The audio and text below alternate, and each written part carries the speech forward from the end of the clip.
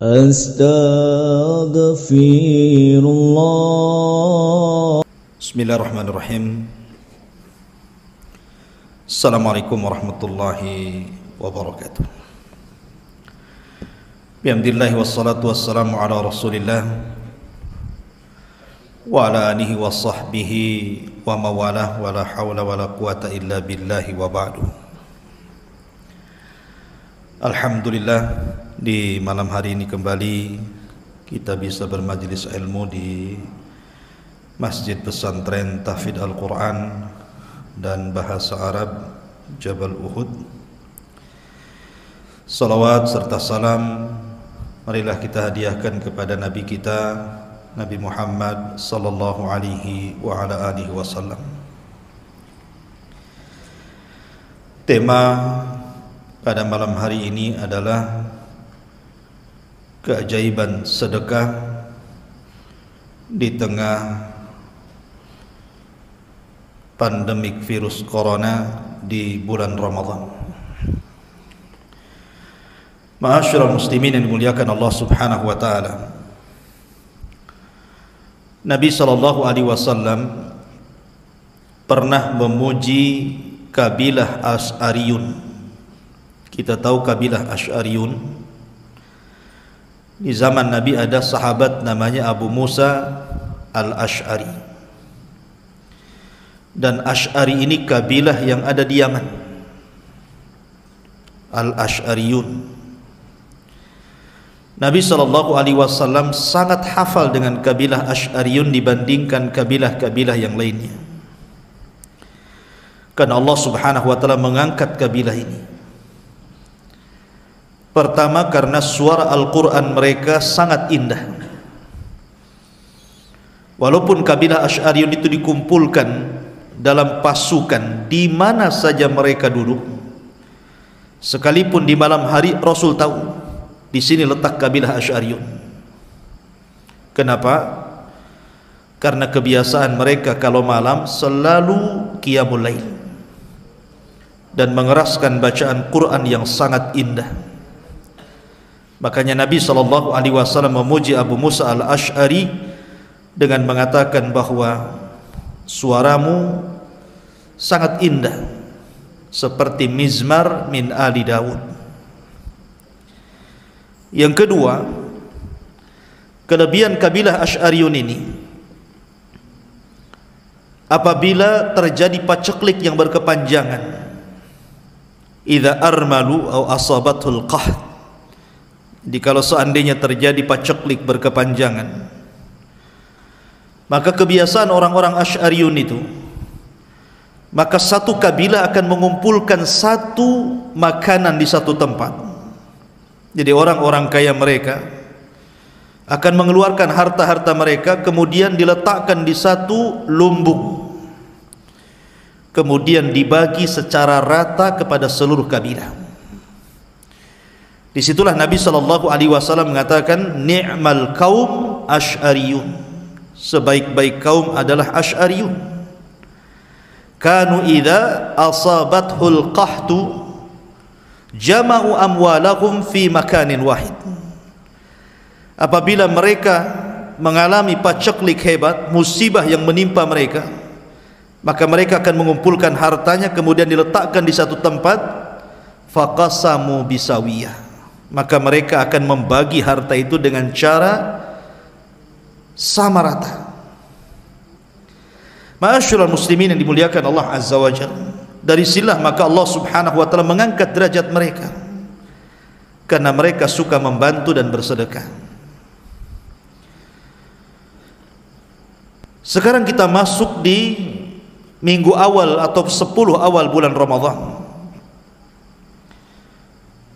Maka amalan yang paling tampak sebenarnya, yang bisa dirasakan bukan hanya oleh diri kita tetapi orang lain, adalah bersedekah. Di dalam Al-Quranul Karim Allah Subhanahu wa ta'ala berfirman, laisal birra an tuwallu wujuhakum kibalal masyriqi wal maghrib walakinnal birra man amana billahi wal yaumil akhir wal malaikati wal kitabi wan nabiyyina wa atal mala ala hubbihi dzawil qurba wal yatama wal masakin wabnas sabil wassailina wa fir riqab. Bukanlah albir, kebaikan itu kau arahkan wajah-wajah kalian ke arah timur dan barat. Karena begini, terkadang ada orang kemudian memuji barat. Amerika itu negara yang sangat maju, negara yang berkembang, ekonominya begini-begini, bla bla bla bla, macam-macam. Ada juga yang kemudian terbalik, mereka tidak memuji barat tapi memuji timur. Oh, Cina itu seperti ini, seperti itu, macam-macam. Maka Allah Subhanahu wa taala bantah di situ. Kebaikan itu bukan kau arahkan ke barat atau ke timur, tapi kebaikan itu adalah manakala orang beriman kepada Allah, kepada hari akhir, kepada para malaikatnya, kepada kitab-kitabnya, kepada para nabi, dan ini semua bicara tentang keimanan. Baru setelah itu Allah katakan wa atal mala ala hubbihi dzawil qurba wal yatama wal masakin wabnas sabili wassailina wa fir riqab. Baru setelah itu Allah mengatakan, dan kebaikan itu adalah orang yang menyedekahkan hartanya kepada para kerabat dekatnya, anak-anak yatim, orang miskin, ibnus sabil, orang-orang yang meminta. Baru setelah itu Allah mengatakan wa aqamas shalah, kemudian menegakkan salat. Jadi dalam ayat ini Allah Subhanahu wa taala setelah menyinggung masalah keimanan, langsung Allah memerintahkan untuk bersedekah. Karena memang sedekah itu alamat takwa. Ketika Allah mengatakan hudan lil muttaqin, kemudian Allah mengatakan siapakah muttaqin? Salah satunya adalah alladzina yunfiqu hudan lil muttaqin alladzina yu'minuna bil ghaibi wa yuqimuna sholata wa mimma razaqnahum yunfiqun. Salah satunya adalah wa mimma razaqnahum yunfiqun, dan dari apa yang mereka sedekahkan, apa yang Allah rizkikan kepada mereka. Itu alamat takwa. Dan ingat, sebuah negeri kalau sudah nampak ketakwaannya, maka Allah Subhanahu wa taala pasti akan kembangkan barakahnya. Allah mengatakan walau anna ahlal qura amanu wattaqau lafatahna, dalam bacaan yang lain lafatahna pakai tasdid, barakatim minas sama. Kalau seandainya penduduk negeri ini beriman dan bertakwa, lafatahna, kami akan buka sesuatu yang dibuka sebelumnya tertutup, kemudian dibuka. Itu mana lafatahna. Tapi kalau pakai tasdid lafatahna, artinya akan dibuka selebar-lebarnya, bukan hanya satu kali tapi berkali-kali. Barakatim minas sama'i wal ard, berkahnya dari langit dan bumi. Dan alamat takwa salah satunya adalah sedekah. Ma'asyiral muslimin yang dimuliakan Allah Azza wa Jalla, Abu Bakar Siddiq radhiyallahu anhu adalah sahabat Nabi sallallahu alaihi wasallam yang menampakkan kejujuran imannya, makanya wajar disebut as-siddiq. Dan sedekah dengan as-sidqu itu tidak bisa dipisahkan, karena sedekah itu alamat as-sidqi. Makanya Rasul mengatakan as-sadaqatu burhan, sedekah itu bukti keimanan, bukti kejujuran. Itulah yang dilakukan Abu Bakar Siddiq radhiyallahu anhu. Bahkan suatu ketika Abu Bakar Siddiq radhiyallahu anhu pernah menginfakkan seluruh hartanya, ada yang mengatakan 2 kali, ada yang mengatakan 3 kali, dan yang terakhir di perang Tabuk dia infakkan seluruh hartanya. Kemudian Umar bin Khattab radhiyallahu anhu ketika melihat ada peluang sedekah, dia ingin berusaha untuk mengejar ketertinggalan dia dengan Abu Bakar dalam bab infak. Dia bawa separuh hartanya dan separuhnya lagi ditinggalkan di keluarganya, datang kepada Rasulullah dan mengatakan, aku infakkan kepadamu ya Rasulullah separuh hartaku. Umar tidak tahu kalau Abu Bakar itu menginfakkan semua hartanya. Maka didudukkan 2 manusia ini, manusia mulia ini, Abu Bakar dan Umar, di hadapan Rasulullah. Rasul ingin menjelaskan bahwa Abu Bakar jauh masih lebih hebat dibandingkan Umar. Dengan pertanyaan, kata Rasul, wahai Umar, kau infakkan banyak harta ini, bagaimana nasib keluargamu? Maka Umar mengatakan, ya Rasulullah, sudah kutinggalkan bagi mereka separuh hartaku, dan separuhnya lagi kuinfakkan. Kemudian kata Rasul, dan bagaimana kau, wahai Abu Bakar? Kata Abu Bakar, ya Rasulullah, sudah kuinfakkan seluruh hartaku, dan aku tidak meninggalkan sedikit pun kepada keluargaku. Kata Rasulullah, lalu apa yang akan dimakan keluargamu, wahai Abu Bakar? Kata Abu Bakar, aku serahkan semuanya kepada Allah dan Rasulnya. Tawakal kuat.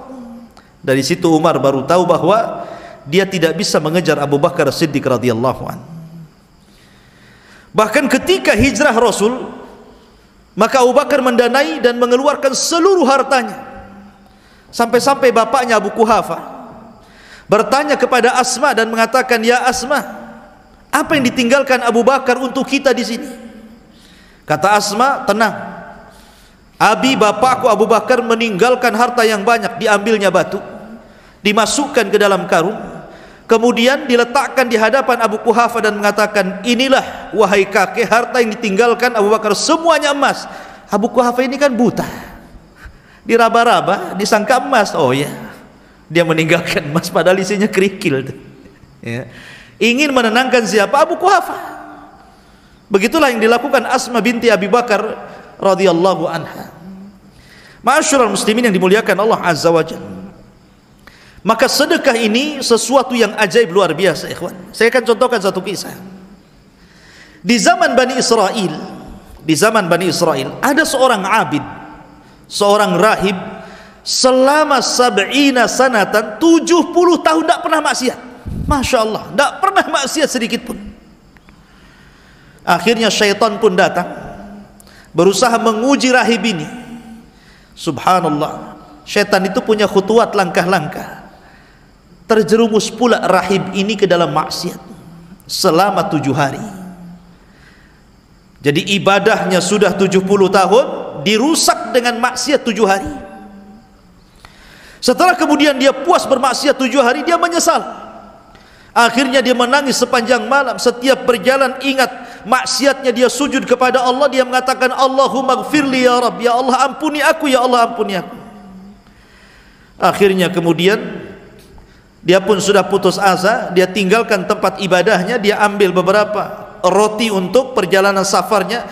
Entah mengarah ke mana dia, pokoknya jalan. Setiap ingat dosa dia sujud, setiap ingat dosa dia sujud, sampai dia melewati satu desa. Di desa itu rupanya ada 12 orang yang sedang memegang perut mereka kelaparan. Di hadapan mereka ada pohon besar. Kemudian sang rahib ini bertanya kepada 12 orang yang sedang memegang perut kelaparan ini, apa yang kalian lakukan di sini? Maka orang-orang mengatakan, kami menunggu makanan dari dukun kami, katanya. Tapi sudah 3 hari kami bolak-balik ke sini, dukun tu pun tak muncul-muncul, katanya. Dukunnya tak muncul-muncul. Maka kami hampir mati. Akhirnya sang rahib ini mengeluarkan roti yang harusnya itu bekal perjalanannya, kemudian diberikan semua dan disisakan hanya sedikit saja. Akhirnya orang-orang itu pun makan kenyang, kemudian pulang. Sang rahib melanjutkan perjalanannya karena habis bekalnya, kelaparan, kemudian Allah takdirkan meninggal tengah jalan. Ketika kemudian Allah bangkitkan sang rahib ini, kemudian ditampakkan ibadahnya yang 70 tahun itu, diletakkan di satu timbangan. Kemudian maksiat 7 harinya diletakkan di timbangan satunya. Rupanya maksiatnya lebih berat dibandingkan ibadah 70 tahunnya itu.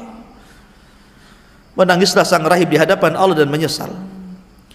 Akhirnya kemudian setelah itu, maka dosa yang 7 hari ini diangkat lagi, diletakkan di timbangan lagi. Kemudian Allah subhanahu wa ta'ala mendatangkan roti yang pernah disedekahkan kepada 12 orang yang kelaparan itu, diletakkan di satu neracanya. Rupanya roti itu lebih berat timbangannya dibandingkan dosa 7 hari itu. Jadi maksiat 70 tahun kalah berat dengan ibadah 70 tahun kalah berat dengan maksiat 7 hari. tapi maksiat 7 hari kalah berat dengan roti sedekah yang diberikan kepada fuqara wal masakin. Ini keajaiban sedekah, ya. Ma'asyiral muslimin, seperti itulah Allah Subhanahu wa taala menilai sebuah sedekah.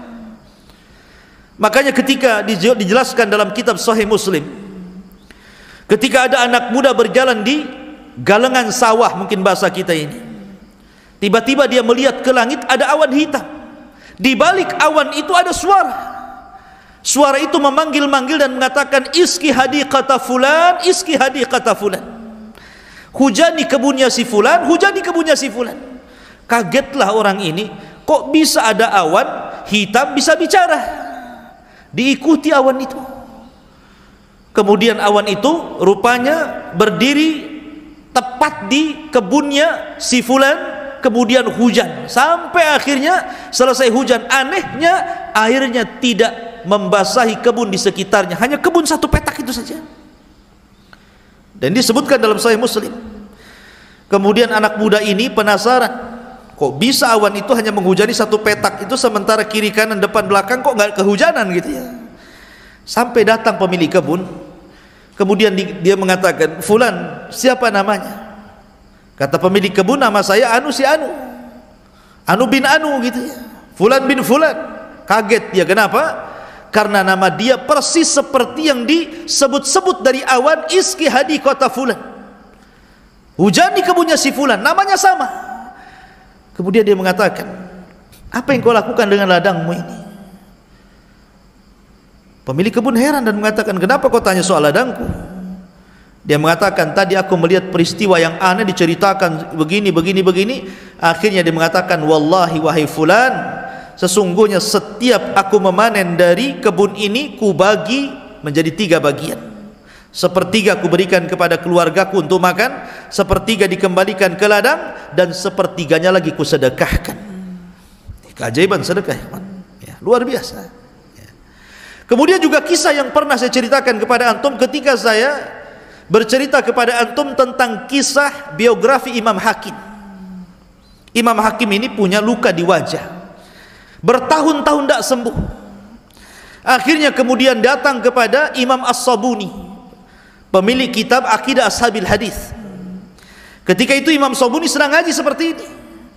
Imam Hakim datang dan meminta fatwa kepada Imam As-Sabuni, ya Imam, saya punya luka di wajah dan di beberapa badan saya sudah berobat ke sana kemari, tidak kunjung sembuh. Kata Imam As-Sabuni, baik, kita akan doakan untuk saudara kita Hakim, mari kita berdoa kepada Allah semoga Allah sembuhkan penyakitnya. Setelah bubar pengajian itu, rupanya di antara jamaah pengajian ada ibu-ibu yang kemudian malamnya bermimpi. Dalam mimpinya berjumpa dengan malaikat, dan malaikat ini berpesan, bilang sama Hakim agar dia menggali sumur, kemudian sedekahkan dengan airnya. Maka kemudian setelah terbangun, dia cerita besoknya kepada Imam Sabuni, ya Imam, semalam saya bermimpi berjumpa dengan malaikat. Malaikat berpesan, katakan kepada Hakim, gali sumur, sedekahkan airnya, karena ketika itu musim kemarau. Akhirnya Imam Sabuni menyampaikan kepada Imam Hakim, Sahibul Mustadrak. Kemudian Imam Hakim pun betul-betul menggali sumur, kemudian menyedekahkan airnya. Selang beberapa waktu sembuh penyakitnya. Kata Rasulullah, tadawau bis sadaqah, berobatlah dengan sedekah. Dan afdalus sadaqah sakyul ma, seutama-utama sedekah adalah sedekah dengan air. Ma'asyiral muslimin yang dimuliakan Allah Azza wa Jalla. Kemudian juga kalau kita melihat sejarah-sejarah yang lain, di zaman Nabi SAW, kita kenal sahabat Abu Talha radhiyallahu anhu. Itu orang paling kaya, orang Ansor paling kaya, hartanya itu Abu Talha. Dia punya tanah itu di samping Masjid Nabawi. Di situ ada sumur namanya sumur Bayruha. Tanahnya Bayruha, ada sumurnya. Rasul suka ke kebun itu dan wudu di sumur itu. Ketika turun ayat lan tanalul birra hatta tunfiqu mimma tuhibbun, kalian tidak akan sampai kepada level albir sampai kalian bisa menginfakkan harta yang kalian suka, yang kalian cintai. Maka ketika turun ayat ini, dia datang menemui Rasul dan mengatakan, ya Rasulullah, li bayruha wa hiya ahabbu mali, Aku punya kebun Bairuha ya Rasulullah, dan itu kebun yang paling aku cintai. Kenapa? Letaknya strategis tengah kota, triliunan mungkin di zaman sekarang harganya. Maka dia mengatakan, anfaqtuka fi sabilillah, ku sedekahkan semua untukmu di jalan Allah Azza wa Jal, karena saya ingin mengamalkan lan tanalul birra hatta tunfiqu mimma tuhibbun. Ma'asyiral muslimin, maka di tengah-tengah pandemik yang sekarang masih mewabah, tidak kunjung surut, malah cenderung bertambah. Walaupun ada sebagiannya kemudian sembuh, tapi sebagiannya juga terpapar dan tertular, dan ada saja yang mati. Maka Nabi SAW mengatakan, inna sadaqata tudfi'u ghadaba rabbi, sesungguhnya sedekah itu bisa memadamkan kemurkaan Allah. Ingat, ma nazalal bala illa bidzambin, tidak mungkin bala itu diturunkan Allah kecuali karena dosa, dan tidak mungkin Allah menurunkan bala kecuali karena ghadab, kemarahannya. Maka salah satu yang bisa meredamkan kemarahan Allah adalah sedekah. Maka ini bulan Ramadan, bersedekahlah. Bahkan Abdullah bin Abbas radhiyallahu anhuma bercerita, kana Nabi sallallahu alaihi wasallam ajwadun nas, Rasul itu orang yang paling dermawan di antara seluruh manusia. Wa ajwadun nas hina yalqahu Jibril, dan semakin menggila kedermawanan Nabi sallallahu alaihi wasallam, semakin bertambah-tambah kedermawanan Nabi sallallahu alaihi wasallam apabila Jibril turun kemudian mengajak tadarus Al-Quran. Maka apapun yang ada di rumah Rasul, Rasul akan keluarkan dan Rasul sedekahkan. Sampai-sampai dia Ibnu Abbas radhiyallahu anhu mengatakan, ajwadun nas min rihil mursalah, artinya dia manusia yang paling dermawan melebihi angin yang berhembus. Saking cepatnya Rasul itu bersedekah. Padahal kita tahu bahwa kehidupan Rasul di Madinah itu berbeda dengan kehidupan Rasul di Mekah. Karena kehidupan Rasul di Madinah itu betul-betul kekurangan. Betul-betul kekurangan. Aisyah sendiri yang mengatakan seperti itu. Telah lewat 1 bulan, kemudian lewat 2 bulan, lewat 3 bulan, terkadang tidak pernah mengepul asap di dapur Nabi SAW. Kami hanya memakan aswadan, kurma dan air putih. Bahkan Abu Bakar dan Umar pernah melihat Rasul mengikat 2 batu di perutnya. Tapi walaupun demikian, Nabi tetap saja orang yang paling dermawan walaupun dalam kondisi susah. Sampai-sampai Rasul ketika habis sholat, Rasul itu biasanya habis sholat zikir, tapi waktu itu habis sholat langsung pulang dia, sehingga sahabat heran. Kemudian setelah beberapa waktu balik lagi ke masjid, sahabat bertanya, Rasul, Anda tidak biasa Anda berzikir habis sholat, kenapa Anda pulang? Maka Rasul mengatakan, aku tidak nyaman, di rumahku ada emas, ya, hadiah dari fulan bin fulan, dan aku tidak merasa nyaman kalau emas itu sampai menginap 1 malam sementara aku tidak sedekahkan kepada fuqara wal masakin. Beginilah Nabi SAW. Jadi tidak mau menyimpan harta kecuali disedekahkan. Makanya wajar kalau seandainya rajulun la yakhshal faqra abada, seorang yang tidak pernah takut miskin adalah Nabi SAW. Tidak pernah takut miskin. Baru saja Nabi SAW dapat harta dari harta rampasan perang ghanimah, kambing 1 lembah. Tiba-tiba ketika Rasul berjalan, ditarik nih sama orang Badui dari belakang sorbannya, kecekik Nabi SAW. Kalau itu terjadi sama Bang Karim, marahlah Bang Karim. Pengen pula ditarik-tarik dari belakang pula, kurang ajar katanya kan. Tapi Nabi SAW kan tidak marah. Rasul nengok ke belakang, senyum dia. Rupanya yang narik itu Badui pengemis. Ngemisnya nggak tanggung-tanggung, dia mengatakan, ya Muhammad, i'tini mimma atakallah, katanya. Hei Muhammad, berikan semua yang Allah berikan kepadamu, katanya. Kira-kira kalau ada pengemis ngomong begitu, antum apain tuh? Berikan semua yang Allah berikan kepadamu. Tapi Nabi SAW hanya senyum. Rasul baru dapat harta ghanimah, kambing 1 lembah. Kata Rasulullah, itu ada kambing 1 lembah tuh, kau ambil semuanya. Si Badui ini kaget. Kau hendak mengejek wahai Muhammad, tidak, ambil semuanya, ya. Akhirnya dia ambil semua kambing 1 lembah, dia giring ke kabilahnya. Tiba-tiba sampai di kabilahnya, dia bagi-bagi kabilahnya dan mengatakan, wallahi inni ji'tu min indi khairin nas alladzi la yakhshal faqra abada, katanya. Demi Allah, aku baru saja menemui manusia terbaik di jagat raya ini, seorang laki-laki yang tidak pernah takut kefakiran sedikit pun. Akhirnya dia mengatakan asyhadu an la ilaha illallah wa asyhadu anna muhammadar rasulullah, masuk Islam. Ya kan? Terkadang hidayah itu karena dikasih duit. Makanya lihat orang-orang misionaris itu memurtadkan orang Islam itu dengan apa? Dengan duit kan begitu. Makanya saya ingat kawan, saya dulu punya kawan orang Patani, Thailand. Waktu saya masih di Singapura. Dia sudah mengislamkan ribuan orang di pedalaman Malaysia dan perbatasan Thailand. Ya. Jadi saya tanya, antum mengislamkan orang itu macam mana? Hebat sekali, padahal dia bukan punya kelulusan luar negeri, tidak. Tapi Allah berikan kecerdasan bisa mengislamkan orang pedalaman. Dia bilang, Ustadz, saya mengislamkan mereka dengan kartu nama.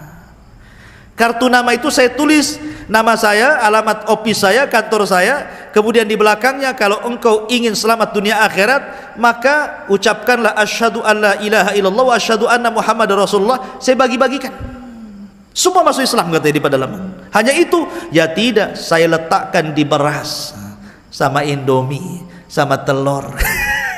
Jadi karena setiap masuk ke hutan, kalau dia datang saja semua orang-orang dalam itu datang.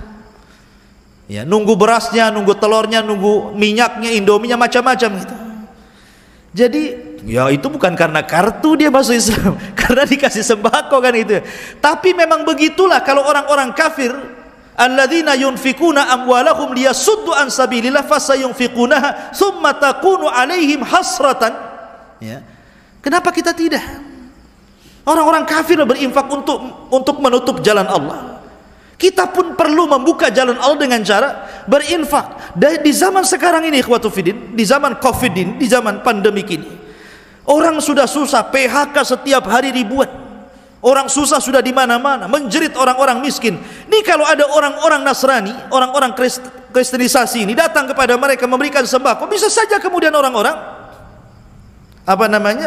masuk ke agama mereka. Maka supaya akidah kaum muslimin tetap terjaga, ya, maka kebutuhan mereka pun kita beri. Ini waktu yang luar biasa. Sudah bulan Ramadan, kondisinya pandemik, orang kesulitan, maka tidak ada lagi ibadah yang lebih mulia melebihi sedekah. Tidak ada lagi ibadah yang lebih mulia melebihi sedekah hari ini. Karena itu yang dibutuhkan manusia. Itu yang dibutuhkan manusia. Lihat, kalau kita lihat di berita, ketika pemerintah daerah atau pemerintah pusat atau mana gitu ya, muhsinin menyediakan sembako ratusan, yang datang duluan itu yang belum diundang tuh, datang duluan. Sudah tidak ada lagi protokol Covid, itu tidak ada lagi.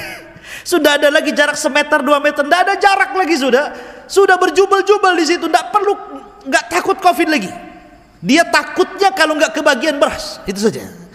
Bukan takut Covid lagi, takut nggak kebagian beras. Nah, ini kan begitu aneh kan itu. Padahal kalau seandainya dia tidak kebagian beras, ya, dia mungkin masih bisa makan, masih bisa bertahan hidup. Loh, kalau kena Covid, hitungan hari bisa mati dia. Tapi sudah nggak peduli lagi dengan Covid orang ini. Dia sekarang peduli dengan perut. Ya. Ma'asyiral muslimin yang dimuliakan Allah, maka sedekah di bulan Ramadan tahun ini memang luar biasa. Keluarkanlah sedekah-sedekah. Orang-orang yang memiliki kelebihan, insya Allah bisa menjadikan penjagaan kita dari panasnya matahari ketika didekatkan di padang mahsyar. Karena Rasul yang mengatakan bahwa salah satu naungan pada hari kiamat adalah sedekah. Salah satu naungan itu bukan hanya arsy Allah saja, tapi sedekah. Kata Nabi SAW ketika menyebutkan sab'atun yudhilluhumullahu fi dhillihi yauma la dhilla illa dhilluh, 7 golongan yang akan mendapatkan naungan di hari yang tidak ada naungan kecuali dengan Allah. Salah satunya apa? Seorang laki-laki yang bersedekah dengan tangan kanan, tangan kiri tidak tahu. Bukan berarti kemudian tangan kiri dikebelakangkan, tangan kanan ke belakang kayak Semar itu namanya. Bukan, ya. Ini kinayah bahwa saking ikhlasnya, ketika dia menyedekahkan itu, dia tidak tahu berapa isinya. Ibaratnya kalau datang kotak infak itu, ambil dompet, main kerok, kemudian dimasukkan sampai di rumah, berapa tadi uang yang masuk kotak infak gitu ya. Gitu. Maksudnya saking ikhlasnya, nggak disebut-sebut lagi. Ya. Dan itu akan menjadikan naungan. Kata para ulama, terjaga hartanya. Orang yang suka sedekah nggak mungkin kemalingan rumahnya, nggak mungkin. Orang yang sering sedekah enggak mungkin kerampokan rumahnya itu. Orang yang sering banyak sedekah enggak mungkin kena penyakit rumahnya. Karena orang yang bersedekah itu salah satunya apa? Bisa mengobati penyakit, mengangkat bala. Orang yang suka bersedekah itu terhindar dari fitnah kubur. Orang yang sering bersedekah itu akan mendapatkan naungan pada hari kiamat ketika matahari diletakkan 1 mil di atas kepala. Dan ada satu pintu di sorga itu disebut babus sedekah, pintu sedekah. Pintu sorga itu ada namanya babus sedekah, pintu sedekah. Jadi kalau kita cerita sedekah memang luar biasa.